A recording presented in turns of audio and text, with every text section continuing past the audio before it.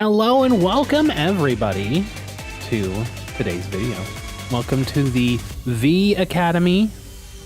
My name is Crumbrion, Professor Crumbrion, if you would. And today we're going to be taking a look at a wonderful game that we played on Pokemon Trading Card Game Live, and be happy to get your reactions to it. Please like and subscribe if you enjoy this kind of content. If you want to follow me and watch games in real time, check me out on twitch.tv/Crumbrion. For now, let's go check out the game. Thanks for watching. 3, 2, 1, go!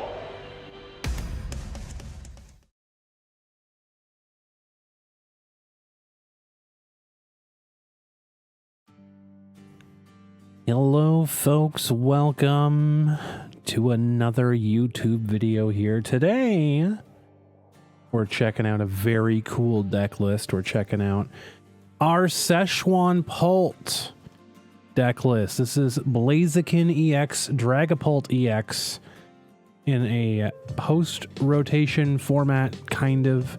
This list still is running Iono, as you can see in the opening hand here. But Iono will be swapped out for something. We haven't quite settled on it yet, but when rotation comes, we'll be a little bit more settled into it. But we're trying out a few different things in this list so far. But mainly, the feature is going to be Dragapult and Blaziken. So starting out in this matchup, we are facing off into Gardevoir with a Pheasantipity start. So not an ideal start by any means. Do start the opening hand with a Pokepad, allowing us to get that Dreepy energy attached there. So this list does run Budew. Unfortunately, not having any sort of backup here to kind of guarantee ourselves a good start into what is potentially a Gardevoir matchup. Well, again, we don't know what we're facing guaranteed, but with the two Monkeydories, could very well be Gardevoir, could likely be something else. But we're playing this in a way as we could have retreated into Budew on this turn, but with the likeliness of having a Monkeydory push that damage over, not really giving us much of a chance to start the game. So we have the Dreepy ready to go. They do us a favor here. It was an okay opening hand. We did have Iono, but they Iono'd us here, so we don't get the guaranteed Drac lookout this turn. We do see it is a Gardevoir confirmed on this one here, and they're nice enough to give us access to Artisan. So looking like they were trying to set up a double Ralts turn here so they could TM Evo. We actually do have a pretty solid opening hand here now with Monkeydory. We have access to Dawn in here as well. I was testing out Carmine to see how much I liked it in the list as well. I'm not 100% sure where this list is going to land come rotation, but Carmine is a card that's being teched in. Not really was able to use it very much in the times that I was playing it, so I'm not sure where that's going to land at the end of things here. So, but we go ahead and get the Budew down safely now, because now that we know they're limited resources in the discard pile, they didn't get a whole ton of they didn't get any energy down actually in the discard pile. So now with this new hand, we can play a little bit differently. We can play a little bit safer. So we can go and grab Torchic with the Dawn here. We can get Dragalook. We can get Dragapult in hand. Artisan grabs us the Budew. We can afford to play a little bit slowly. We can also play in a way that we can use this dark energy, because the dark energy can get discarded here. It does not need to get attached to Monkeydory this turn. We have a potential Blaziken coming here as well. So we could use the Night Stretcher to grab the dark energy. We could hold the Night Stretcher, because again, we won't necessarily need this, we won't need this right this second. So if they don't item lock us immediately, we can Night Stretcher that back in. If they don't item lock us, we could potentially just get Blaziken out immediately. So playing to our outs here, they do end up getting a Gardevoir with 0 energy in the discard pile. They are item locked, so they cannot easily get energy in the discard pile unless they're playing Research, obviously. So they're going to Artisan another Ralts down here as well. So again, not a great start for them, and they are being kind of locked out of having items done here. So a little bit of an annoyance here. We do get the Iono on this turn, so we would have preferred to keep our hand with what we had there, but we do get to bump their Artisan with Risky Ruins here, which could be interesting. It could be disastrous too, because obviously the Monkey Dory board is very favorable for them. They have access to the dark energy, so they could easily just knock out Buddy at any point in time if they wanted to here. So you have to be careful about that. But we do have a Lilies in hand now. We have a few different things that we could do. So we have Ultra Ball, which is going to work for us a little bit here as well. So a couple different options we could go for. We could go for the Dragapult. Obviously, we wanted to get more draw, so the Dracloak and the 8 energy, or the 8 cards off of the Lilies here, obviously a very solid option for us. So we drop the Risky Ruins, bump the Artisan, get a brand new set of 8 cards. We end up getting the rare Candy Blaziken, which is an amazing turn here, because now we can utilize that dark energy that's in the discard pile. We're not attacking with Dragapult this turn. We don't have a Dragapult to attack with on this particular turn, because what we could do here is we can attach to the monkey. We could now, because we've used the Blaziken Seething Spirit to get the dark energy onto the Monkey Dory, now we actually, if we can get Dragapult, we actually could take out Monkey Dory and Ralts in this one turn with Dragapult, which would be a pretty fantastic turn. So we end up getting the Ultra Ball here as well. This would be a pretty powerful turn. So we have... we decided to take this a little bit slower because they don't have energy in the discard pile right now. They don't have energy in the discard pile right now. So I've decided to take this a little bit slower on this turn. I could have had the play here where we push the 10 damage over, we take out Monkey Dory, and we take out Ralts. That would be slightly dangerous. So we're going to take the 10 damage. We're going to push that over to Ralts. We discarded the fire energy because I was thinking about this, and then this sealed what I was going to do for this turn. If I had used the Ultra Ball on the Psychic Energy, we could have had that play, but because we'd already used Seething Spirit, we can't use that on this turn. So rather than having the attack this turn, just opting for a little bit more safety, going for the Budew into the Monkey Dory here one more turn. So if they do play anything down with Risky Ruins in play here, regardless where it comes from, they are going to see that damage moved over. So again, they have 0 Psychic Energy. They're going to put down Mew. Mew does take the 20 damage here. So now they can knock out Budew between the 2 Monkey Dories. They can move 20 off of Mew, and they can move 10 damage off of Ralts, and they can definitely take a Budew here for free. Again, they don't have an attack, though, because they have a 0 Psychic Energy. They have no energy in the discard pile. They can't do anything in that regard. So this is going to be the only knockout that they do take, which does activate my Unfair Stamp as well. So it's another very interesting thing that we could do. However, because we do have access to Blaziken now, it does allow us to Seething Spirit the energy onto the Dragapult. There's no damage on board right now. So what we could do is we could put down the Dreepy to generate damage, use the monkey, push that over, but we are going to get Island here. So this turn would have been nice to keep the Dreepy, put the Dreepy down and take that damage, but not going to have that option this turn. But we do get the fire energy in the hand, so we actually do have a play here where we can use Monkey Dory regardless of what we do. We don't have to worry about using that Seething Spirit, where we can do it, remove the Monkey Dory to the bench, put the dark energy back on the Monkey Dory. So Buddy Poffin still activating the Risky Ruins here, so we keep the 20 damage. We don't have the boss anymore. The boss would have been really nice to be able to take a 3-prize turn, taking out Mew. But we do end up drawing Counter Catcher off the Pheasantipity, which is a pretty good turn. So we've activated our Dragapult. We pull up the Mew. And once again, we're going to see a very unique aspect of this deck here, because Blaziken has the Seething Spirit ability. It allows us to take basic energy from the discard pile to put it on any of our Pokemon at all. So now we can retreat Monkey with the dark energy in the discard pile, put the dark energy right back onto the Monkey Dory. So it's acting almost like a Latias in that respect, but we're recycling any energy, period, whatever we're doing at all, period. So Dreepy just coming down this turn, so we can't grab a Dracloak, so we're just going to take the Phantom Dive. We're going to take the strong 3-prize turn here.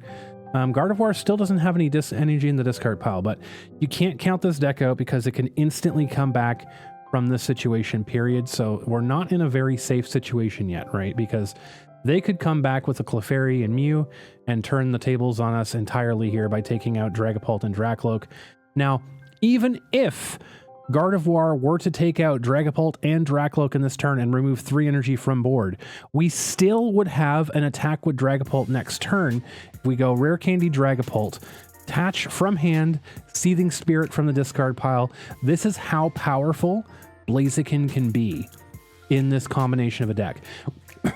We can even attach to Blaziken if we wanted to, because Blaziken and Dragapult share an energy typing, right? They share the fire energy. Blaziken can actually attack for 200 just by itself from nothing, from a board state of 0. We have energy in hand, we attach, we Seething Spirit from the discard pile, attach. That enables Blaziken's Smolder Salt, and it enables Phantom Dive. Very, very impressive combination. These two cards being together. They're getting stronger with Pokepad, obviously being able to grab the different pieces to put that combination in there to get your Combustions out, etc. So we are going to see a counter catcher here. They're going to try and lock up Pheasantipity. Again, we don't really this really doesn't matter to us because we can still Seething Spirit to Pheasantipity, because Seething Spirit can be for any Pokemon on the board. So we're going to Seething Spirit to Pheasantipity, or we can attach to Pheasantipity, whatever we want to here, really, and take that retreat. We're not locked in the active slot with Pheasantipity right now, which is very nice. So they're going to do a little bit here.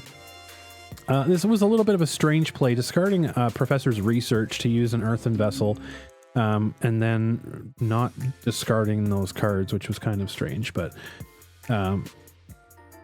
even so, they Ultra Ball the energies away. So again, they get a bunch of energy in the discard pile. They opt for a third Monkey Dory. So guessing the Screamtail potentially was prized, or Clefairy was Clefairy was likely prized at this point.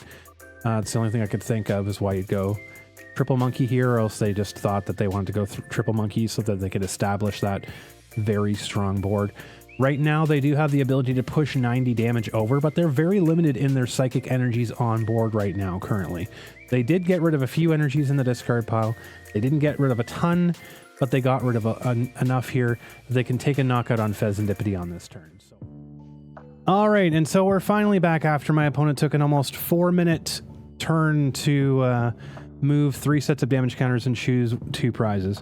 Nearly 4 minutes to make those decisions. So we're back where they knocked out Pheasantipity, as we saw there. So again, as I was talking about before, very easy for Gardevoir to take 3 prizes here. So we're not out of the water by any means right now. So we have to be very careful about what we choose to do here. So First Spin, always a great card, but also Unfair Stamp is pretty nice here as well. So we're going to establish a second Dragapult here. We don't really need Pheasantipity as well at this point. We don't really need Fez back in the game to be a liability on the board. So we can just operate with what we have here currently in this situation. So here's an interesting scenario that's going to come up. So we've already seen the Monkey Dory used one time in this manner, where we've recycled the dark energy. So one thing that I kind of wish I did something different on this turn. However, we could have retreated to the Dragapult that had damage on it and avoided a situation here. But basically, if I could find the Monkey Dory, the dark energy that's in the discard pile, we bench another Monkey Dory here, and then we go. The reason that I put up the Dragapult here is because one of these plays, one of the monkeys we needed was in the discard pile. So if I find Night Stretcher, great, I can make this play. If I don't find Night Stretcher, then whatever, we just attach to Dragapult with the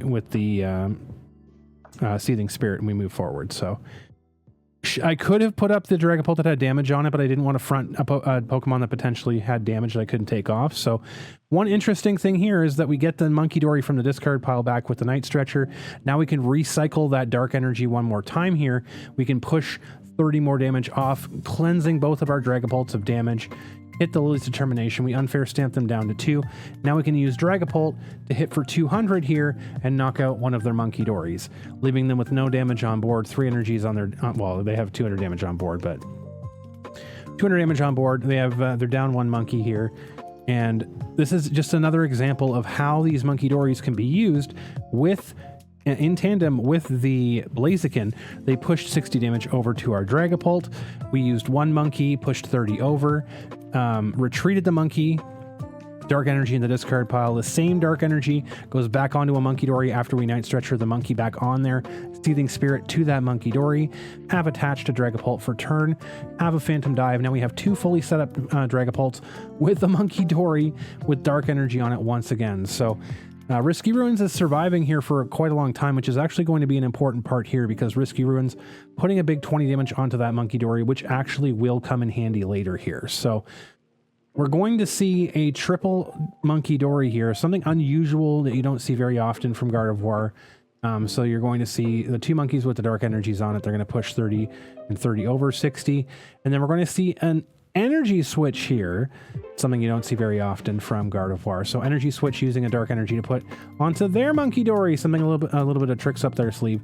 And they're going to take a knockout on our Monkey Dory that has the dark energy on it. But the nice part is we still have Blaziken, which means we still have access to this dark energy that has been reused twice now. It's going to be reused a third time here. So if we're in a situation now where all they have to do is find Clefairy Mew, because Lord knows they can do it. If they find Night Stretcher and they find Clefairy, because if they had Clefairy in hand, we unfair stamp them, but they retreat into Monkey Dory, so we're safe on this turn. We actually can win next turn because of that 20 damage residual from the Risky Ruins that was left onto the Monkey Dory. So if we had not had Risky Ruins, we'd have to find a way to push that monkey in the active to the bench for this to work, but because of Risky Ruins, it eliminates the need for a boss on this turn. Because Monkey Dory is going to be using Mind Bend here to confuse. Again, I'm not entirely sure what my opponent's doing here. Trying to encourage them to speed up. This is almost a 5-minute time difference in this point now, so Mind Bend is finally the call, eventually, after far too long of a thought process there after they've already retreated. We get Lilies. It doesn't matter at this point because now the game is over because we can Seething Spirit, Dark Energy onto Monkey Dory. The third time the same Dark Energy has been used off of Seething Spirit now. We're going to push 30 damage over to the benched Monkey Dory, take 50 damage on that now, retreat the Dragapult, promote the other Dragapult, which had already been powered up previously, and now we Phantom Dive for the final two prizes of the game. And this is exactly why I think that Blaziken is such an amazing piece in Dragapult, even in something as like so razor thin. Like obviously, if Gardevoir here had Night Stretcher, could get Mew back, had a way to get had Nest Ball to get Clefairy down, obviously we're probably going to lose that game. However, we end up pulling that off. The combination of unfair stamp proving to be a little bit too much for my opponent there. Still being able to pull out from the very bad situation that they were in, get a triple Monkey Dory board down, which is probably one of the most formidable things that you could go up against as an opponent to Gardevoir. Having triple Monkey Dory facing you is terrifying. They ended up getting from a 0 energy board to enough to get all of their attackers going, and we still ended up pulling off a victory there because Seething Spirit enabled us to not only get Dragapults powered up very quickly and have 2 Dragapults ready to attack right from the get-go, but getting Monkey Dory 3 times powered up with the dark energy there. Very incredible play. Excellent addition here going into rotation. I think Dragapult and Blaziken's going to be poised to be one of the stronger decks in this new format coming. If you enjoyed this video, please like and subscribe. We'll catch you in the next one.